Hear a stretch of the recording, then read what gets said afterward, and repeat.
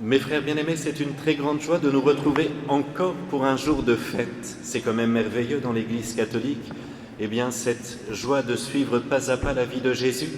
Et aujourd'hui, nous fêtons son baptême au Jourdain. Mais ne nous éloignons pas trop vite du temps de Noël, que nous avons terminé en quelque sorte avec la fête de l'Épiphanie, l'adoration des mages venus d'Orient. Peut-être nous avons déjà jeté nos sapins, aspiré nos salons pour qu'il ne reste aucune épine, mais en même temps l'Église nous demande de garder nos crèches. Pourquoi, mes frères? Parce que la nativité de Jésus, c'est sûrement le plus grand mystère d'amour qui existe ici-bas. C'est la plus belle histoire d'amour. Et c'est pour cette raison qu'il faut souvent y retourner en pensée, contempler dans le silence de son âme un Dieu qui vient se faire homme sous la forme d'un bébé, avec pour seul désir nous dire son amour et nous sauver. Vous voyez, je pense à ces jeunes couples que nous préparons au mariage et qui en sont au tout début de leur amour. Et c'est assez amusant à voir, ils ont une très grande délicatesse entre eux. Ils sont comme fascinés l'un pour l'autre. Eh bien, nous devrions avoir cette profonde fascination pour la bonté du Fils de Dieu, parce qu'il est venu embrasser notre nature humaine pour nous sauver. C'est dire combien il nous aime. Dans aucune autre institution, dans aucune religion, vous trouverez un amour démesuré comme celui du Christ. Mais mes frères, ce que je vous dis là n'est pas de la poésie, c'est un amour très concret puisqu'il s'est incarné, mais j'aurais beau essayer de vous le dépeindre en long, en large, en hauteur, c'est à chacun de faire ce chemin intérieur, c'est à chacun de méditer jour après jour ces mystères que nous fêtons. Et en sortant, vous voyez, des fêtes de Noël, par cette fête du baptême de Jésus que nous avons aujourd'hui, nous tournons une page, nous laissons derrière nous sa naissance, son enfance, et nous entrons dans sa vie publique, qu'on va maintenant recourir pas à pas tout au long de l'année. Alors il nous faut nous rendre au Jourdain pour le voir se faire baptiser. C'est un très grand jour, non seulement pour le peuple juif, mais pour tout chrétien, pour vous et moi, et pour ces catéchumènes qui nous font la joie d'être avec nous. C'est une partie des catéchumènes. Que voulez-vous, certains sont étudiants, donc ils étudient à droite à gauche, donc réussir à les réunir, parfois ça remonte du miracle, mais on y est, c'est merveilleux. Vous entrez officiellement dans cette vie de foi que vous commencez, même si vous l'avez commencé il y a déjà des mois, pour certains des années. Vous êtes dans cette recherche du Christ. Alors allons-nous aussi au Jourdain pour voir ce qui s'y est passé. Saint Luc ne fait pas une grande description du baptême de Jésus, comme on pourrait la retrouver chez Matthieu ou Marc. D'ailleurs, le baptême qui était proposé par Jean-Baptiste n'était pas comme notre baptême, mes frères. C'était un baptême de repentance, c'est-à-dire que les Juifs descendaient dans le Jourdain et ils reconnaissaient publiquement qu'ils étaient pécheurs devant tout le monde. Alors vous imaginez si on fait ça dans le Gave? Là demain, on invite tout le monde, tous ceux qui désirent se reconnaître pécheurs, on descend un à un. Je ne suis pas sûr qu'il y ait grand monde. C'est triste à dire, mes frères, mais nous sommes dans une société très pharisienne. Aujourd'hui, beaucoup de personnes n'ont plus de péché. Ils sont parfaits. Et je me dis que c'est un sacré aveuglement. Je pense que ça doit peiner le cœur de Jésus, parce que tant que je ne me reconnais pas pécheur, je n'ai pas besoin d'un sauveur. D'autant plus que si notre Seigneur Jésus a voulu se mettre dans la file des pécheurs sur le bord du Jourdain, c'était pour nous dire qu'il se faisait l'un de nous. C'est un anéantissement complet de la divinité du Christ. En quelque sorte, c'est une image. Parce qu'il est sans péché, parce qu'il est parfait, parce qu'il est la sainteté même, la pureté incarnée. Mais il a voulu se mettre dans la file, dans le rang des pécheurs devant Jean-Baptiste pour dire « Je suis au milieu de vous ». Les pécheurs ne me font pas peur, je suis au milieu d'eux. Je viens les sauver. Et en ce sens, tous ces médias qui parfois sont tenus par des personnes baptisées et qui passent leur vie à dénoncer les péchés des uns et des autres, n'ont rien compris à la vie chrétienne. Ils auront des comptes à rendre. Jésus se fait l'un de nous, il vient nous sortir de nos misères. Et regardons ce témoignage magnifique de Jean-Baptiste. Alors là, mes frères, c'est digne d'un film. D'ailleurs, aucun cinéaste n'a inventé une telle chose. Regardez ce que nous dit Jean-Baptiste. Tout d'abord, il nous enseigne qu'il n'est pas digne de dénouer la courroie des sandales du Seigneur, mais que lui nous baptisera dans l'Esprit Saint et le feu. Vous vous rendez compte, chers catéchumènes, vous allez être baptisés dans l'Esprit Saint et le feu. C'est extraordinaire cette parole. Et puis il témoigne qu'il a voulu descendre sur Jésus au moment de son baptême. L'Esprit Saint est descendu sous l'apparence corporelle comme une colombe, avec en plus une voix venant du ciel. Toi, tu es mon Fils bien-aimé, en toi je trouve ma joie. Non mais mes frères bien-aimés, c'est extraordinaire cette description. Qui oserait le mettre par écrit? Qui oserait dire, moi j'ai vu cet homme descendre dans le Jourdain et il y a une sorte de colombe, l'Esprit Saint qui est descendu sur cet homme et en plus une voix du ciel, mais une voix d'une beauté indescriptible. Celui-ci est mon Fils bien-aimé, en toi je trouve ma joie. Vous comprenez pourquoi ce témoignage il est si important. Aussi vrai que l'Esprit de Dieu est descendu sur le Jourdain pour se poser sur Jésus et ne laisser aucun doute sur sa puissance divine, ainsi le jour de notre baptême, nous avons été baptisés par le feu de l'Esprit Saint, qui est venu briser et de manière définitive la tâche du péché originel.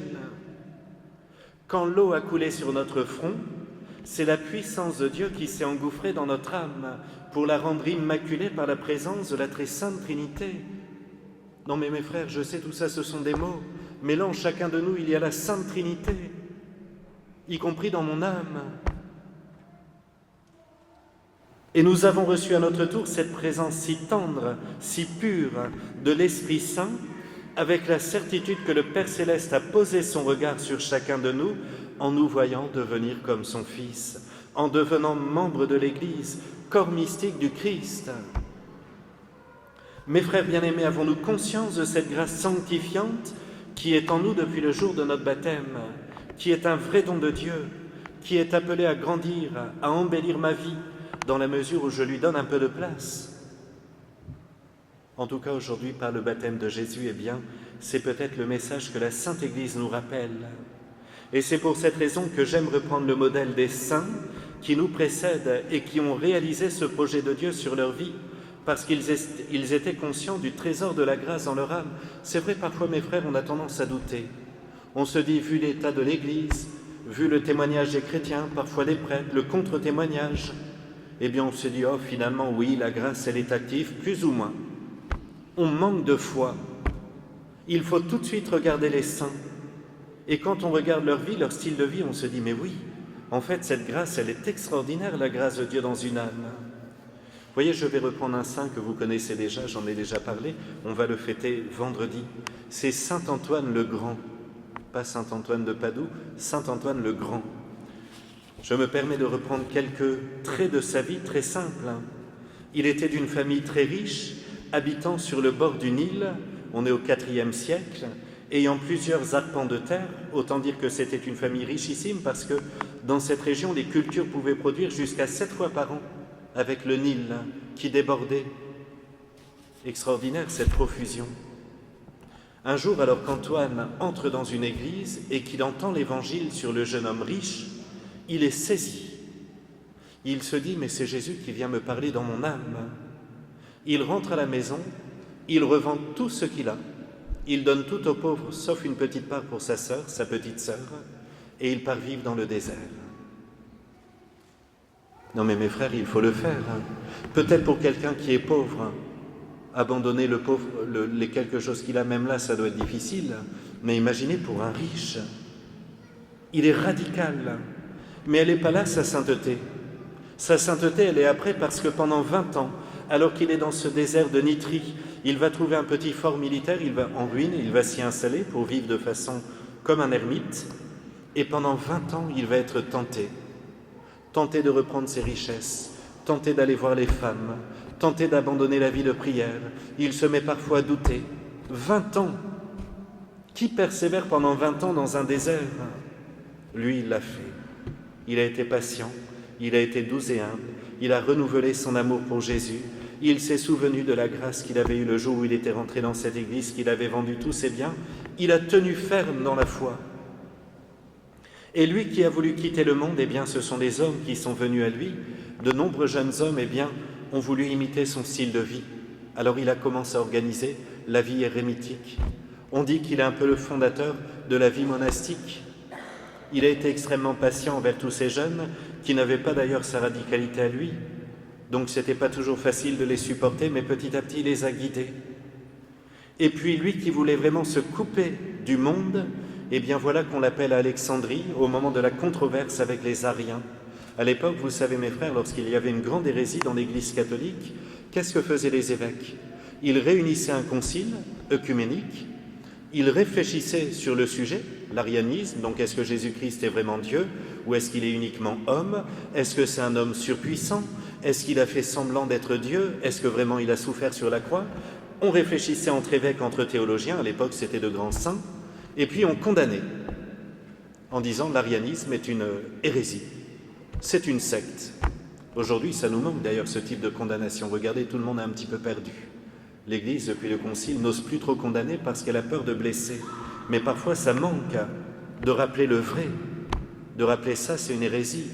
Quand on dit toutes les religions se valent, c'est une hérésie. Là, il faut que nous soyons un petit peu guidés. En tout cas, à l'époque, on le faisait dans les conciles. Eh bien, notre saint Antoine va se rendre à Alexandrie et puis il va mourir d'épuisement. Il avait 105 ans. Vous voyez, il était très jeune. Je me permets de citer une de ses phrases. Il disait à ses moines « Efforçons-nous de rien posséder que ce que nous emporterons avec nous dans le tombeau, c'est-à-dire la charité, la douceur et la justice. » Et vous voyez, ça va ensemble. Douceur et justice, c'est de la charité. Les épreuves nous sont en fait profitables, supprimez la tentation et personne ne sera sauvé. Ça vous fait plaisir, mes frères, ce que je vous dis? Si vous avez des combats dans votre vie, si vous avez des tentations, eh bien, c'est bon signe, c'est que le bon Dieu est présent dans votre vie et que c'est que vous pouvez lutter et offrir quelque chose. Vous voyez, je termine ici, on a parlé de la puissance du baptême dans une âme. Ce que le bon Dieu a pu faire avec saint Antoine, eh bien, il peut le faire avec chacun de nous. Seulement, il faut être conscient que cette grâce, elle est là en moi, qu'elle doit se développer de jour en jour. C'est d'ailleurs un petit peu l'objectif de 2025. Est-ce que je vais être un être spirituel ou est-ce que je vais rester dans le monde un peu superficiel, le monde matériel, matérialiste, qui ne comble pas, mais qui parfois semble être plus facile que la vie spirituelle? Finalement, la grâce du baptême ne nous enlève pas les tentations, ni même les chutes, mais on est censé sortir de l'esprit du monde avec tous les grands péchés que celui-ci nous propose. Orgueil, démesure, jalousie, calomnie, débauche, idolâtrie, impureté, mensonge. Les grands péchés. Au moins Jésus me dit, eh bien, essaie de préserver ton âme du mal. Essaie de faire des efforts. Oui, tu es un fils de cette société, toi aussi tu es touché par les péchés de cette société, mais ma grâce te suffit. Mais ce n'est pas le but du baptême. Celui qui se dit, le but de mon baptême, ça va être de vivre sans péché, n'a rien compris, comme dit saint Antoine. C'est impossible. Nous sommes surtout appelés à rayonner de la présence de Dieu par l'amour que nous portons. C'est un bel objectif, mes frères, cette année. Être dans un amour toujours plus grand du prochain. Arrêter les médisances, les calomnies, les méchancetés, les jalousies, les comparaisons. Tout ça à la poubelle. Seigneur, je veux un cœur pur.